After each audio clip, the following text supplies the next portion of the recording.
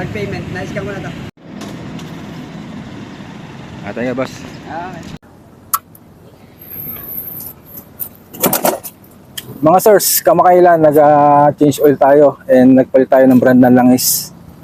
And for today's video, papakita ko sa inyo yung aking napiling bagong langis.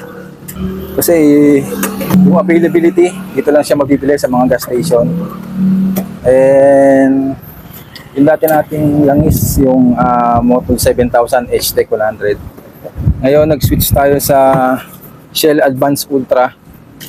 So, ang tumatakbo na sa aking motor ngayon ay 1,100 km. Eh, nag-decide ako mag-flashing. So, kaya maaga akong mag-change oil. So, samahan niyo ako tayo mag-change oil itong bagong kung langis, itong Shell Advance Ultra, fully synthetic, 10W40 MA2 API SP. Ha? As usual, kailangan natin sa pag-change oil itong oil filter.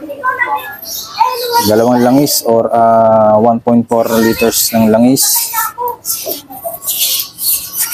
Size 14 na socket wrench para sa ating engine drain bolt. Bagong crush washer. And torque wrench kung meron, mas maganda. At syempre basin or palanggana para sa ating oil. Ang sahod natin doon sa ating lumalangis. At syempre wrench. Ayan. Measuring cup at embudo, mas maganda meron tayo niyan. At syempre wag niyo palang kakalimutan tong 8mm na socket wrench para doon sa ating pagpapalit ng oil filter. Pantanggal ng oil filter cover. Alam niyo mga sirs, dapat mag-engine flush ako gamit tong Liqui Moly engine flush shooter. And may isang friend na nag-advise na mas maganda natural na lang yung ating pag-flashing, which is agahan na lang natin yung pag-change oil. So medyo kasi nagdadalawang isip din naman talaga ako dito. Kasi chemical to, medyo parang nag-aalangan ako. Baka masira yung mga seals natin dito eh. Pero marami naman din gumagamit ito. At your own risk na lang talaga yung mangyayari. And tama naman siya, si Ace Ginto, shoutout nga pala Ace Ginto.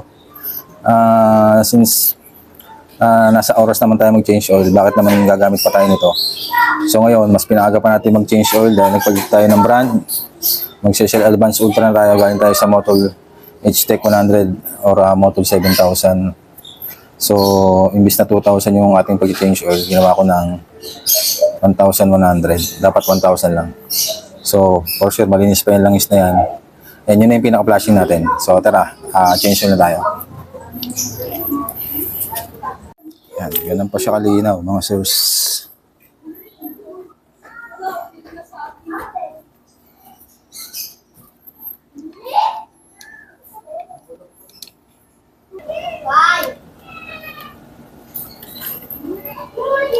Linaw pa niyan. Pwede pang gamitin sa ibang motor eh.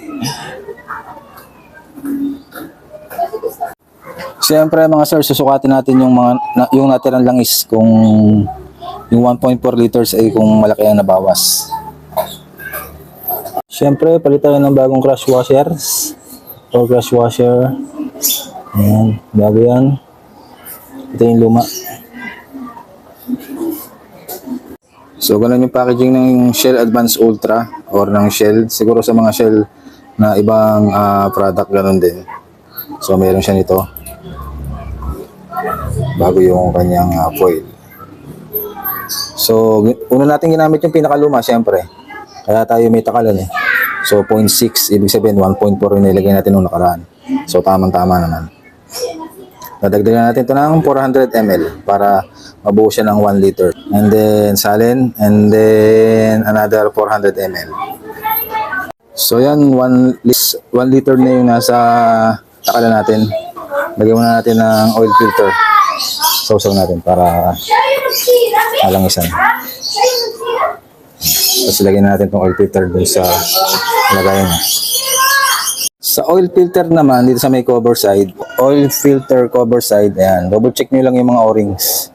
bago nyo ibalik or bago kayo maglagay ng bagong oil filter. Huwag nyo kakalimutan yan. Catastrophic yan mga sirs. Malaki ang epekto yan sa head ng makina. Okay mga sirs, huwag nyo kakalimutan yung mga o-rings, paalala lang. And use genuine na oil filter para all goods. Then salin na natin yung oil.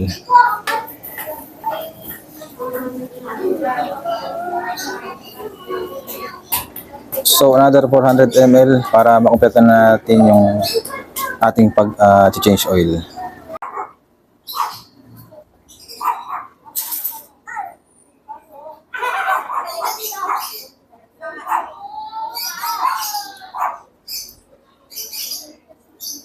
Tapos dito 11 to 12 Newton meter yung higpit. Doon sa crankcase bolts, doon sa may oil filter 10 Newton meter.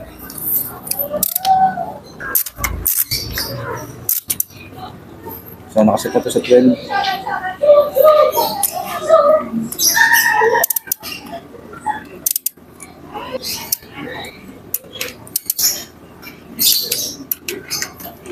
So okay na mga sirs. Thank you for watching and update ko na lang kayo kung anong resulta nitong ating bagong langis, itong Shell Advance Ultra. Hindi naman siya bago sa karamihan, pero sa atin bago yan. And so far yung una nating run na 1,100 km, maganda naman yung performance ng Shell Advance Ultra. Smooth yung gearings tsaka yung pagsiship. Wala siyang masyadong kaibahan dun sa Motul H-Tech 7000. Doon lang sa shifting ng gears, mas smooth siya ng konti. So yun lang mga sirs, thank you and thank you for watching and ride safe. Sukatin na natin yung natin na langis. Kailangan at least 1.4 or 1.3 yan para at alam natin na maganda yung ano niya, quality yung Shell Advance Ultra. So yun, yan ang natira. Halos parang wala nangyari, 1.4 pa rin. O sabihin natin 1.39 na lang. So may idea tayo na maganda yung langis pag ganun. Although 1,000 km pa lang yung tinatakbo niya. Magandang puhunan na yan na maganda yung quality ng isang fully synthetic na Shell Advance Ultra. So sa motor ganun din naman, hindi siya halos na babawasan, konting-konti lang over 2,000 km. So ayos, maganda rin itong Shell Advance Ultra.